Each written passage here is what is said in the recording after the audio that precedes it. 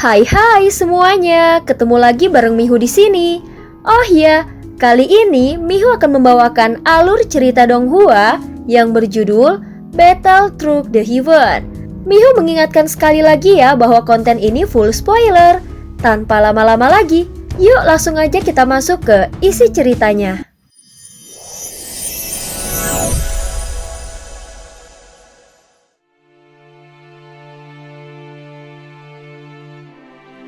Melanjutkan dari kisah sebelumnya. Sebelumnya Chu Xiaoyun merampas semua benih api setiap orang yang masuk ruang ujian jantung api, kecuali kelompok Jingzhu dan kelompok dari King Teng. Baiklah, kali ini kita semua akan mengandalkan kemampuan masing-masing. King Teng mengibaskan lengan jubahnya. Cahaya matanya dingin dan tajam. Meskipun hati Chu Xiaoyun masih sedikit ragu, dia tetap tidak memilih untuk menyerang mereka saat ini. Ayo kita masuk bersama. Lihat saja siapa yang mampu mendapatkan jantung api pemusnah ini. Chu Xiaoyun tertawa dengan dingin. Dia sudah memiliki lebih dari 100 benih api pemusnah. Jadi dia memiliki kepercayaan diri penuh. Dia merasa yakin karena sebelumnya sudah pernah memasuki tungku asal atau ujian jantung api. Tanpa memiliki benih api pemusnah yang cukup, bahkan penguasa setengah langkah pun takkan sanggup bertahan dan pasti akan terusir keluar. Namun dia tidak akan pernah menyangka bahwa ada orang lain yang sudah terlebih dahulu membuat persiapan matang dan mengumpulkan benih api pemusnah dalam jumlah besar. Tungku asal itu sendiri adalah ruang kosong raksasa berbentuk bola. Di hadapan mereka tampak seekor burung gagak hitam besar yang berubah-ubah ukuran di tengah kehampaan. Kelompok dengan jumlah terbanyak sekitar belasan orang sudah terlebih dahulu bersatu dan masuk ke dalam tungku asal saat para pihak lain masih sibuk berbicara. Dasar pengecut, mereka tak punya keberanian sedikit pun, hanya menunggu saat aman. Chu Xiaoyun mencibir saat melihat kelompok King Teng. Dia tahu meskipun mereka terlihat tenang, kegilaan mereka terhadap api tidak kalah dari dirinya. Sementara itu bakat kelompok Jingzhu yang telah masuk terlebih dahulu dalam memahami api sudah terbentuk sejak lahir. Oleh karena itu dia pun tidak berani gegabah. Kedatangan King Wuya dan King Teng membuat Chu Xiaoyu sadar jika ingin menang, dia harus mengumpulkan lebih banyak lagi. Dia tidak bisa menunggu lebih lama. Jika sampai kalah cepat, maka kesempatannya akan lenyap sepenuhnya. Dengan satu hentakan kaki, Chu Xiaoyun pun melesat ke dalam tubuh gagak hitam itu dan masuk ke dalam tungku asal. Kakak Teng, kita juga harus masuk sekarang. Kalau tidak, nanti akan direbut oleh mereka, ucap King Wuya. Dia bukan tipe orang yang terburu-buru, tetapi godaan dari jantung api pemusnah benar-benar terlalu besar. Mereka sudah sampai sejauh ini. Jika harus melihat api pemusnah itu direbut oleh orang lain, siapa yang tidak akan murka? Tapi api ini bukanlah api biasa. Dalam seluruh peringkat dunia sensi, ini adalah peringkat pertama. Ia memiliki kekuatan penghancur paling ekstrim. Masuk duluan bukan berarti bisa mendapatkannya. Tetapi melihat ekspresi penuh percaya diri di wajah Chu Xiaoyun, besar kemungkinan dia sudah datang lebih awal dan pernah mencoba namun gagal.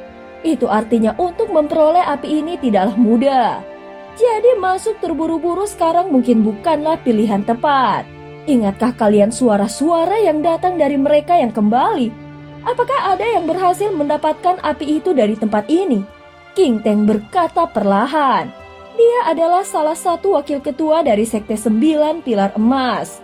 Jadi kekuatan spiritual dan jiwanya tidak bisa diremehkan. Iya, benar.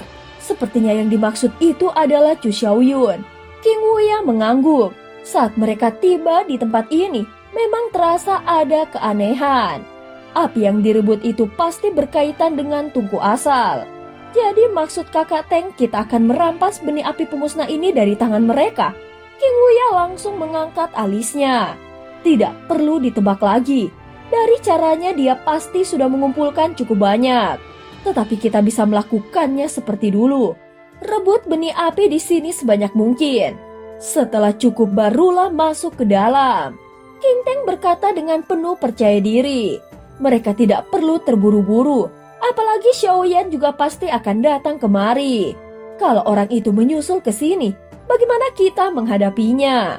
Meskipun kekuatannya sangat kuat, kita sudah membangun sedikit hubungan sebelumnya. Dia tidak mungkin sembarangan menyerang kita.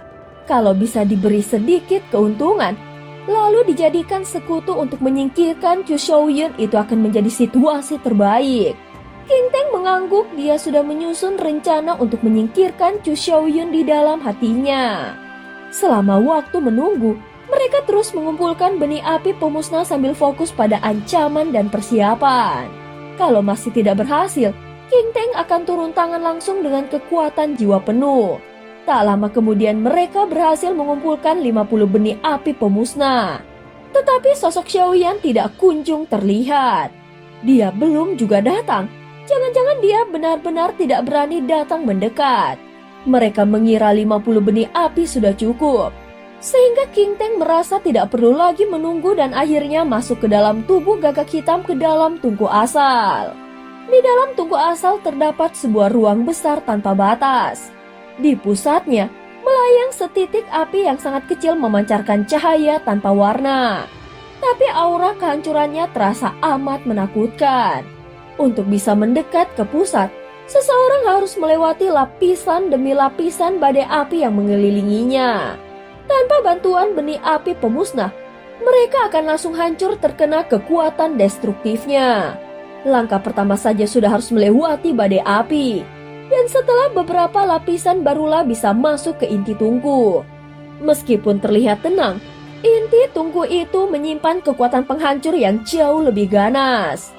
Jika diperhatikan baik-baik, di balik kekuatan destruktif itu ada juga tersembunyi peluang luar biasa besar untuk naik ke tingkat.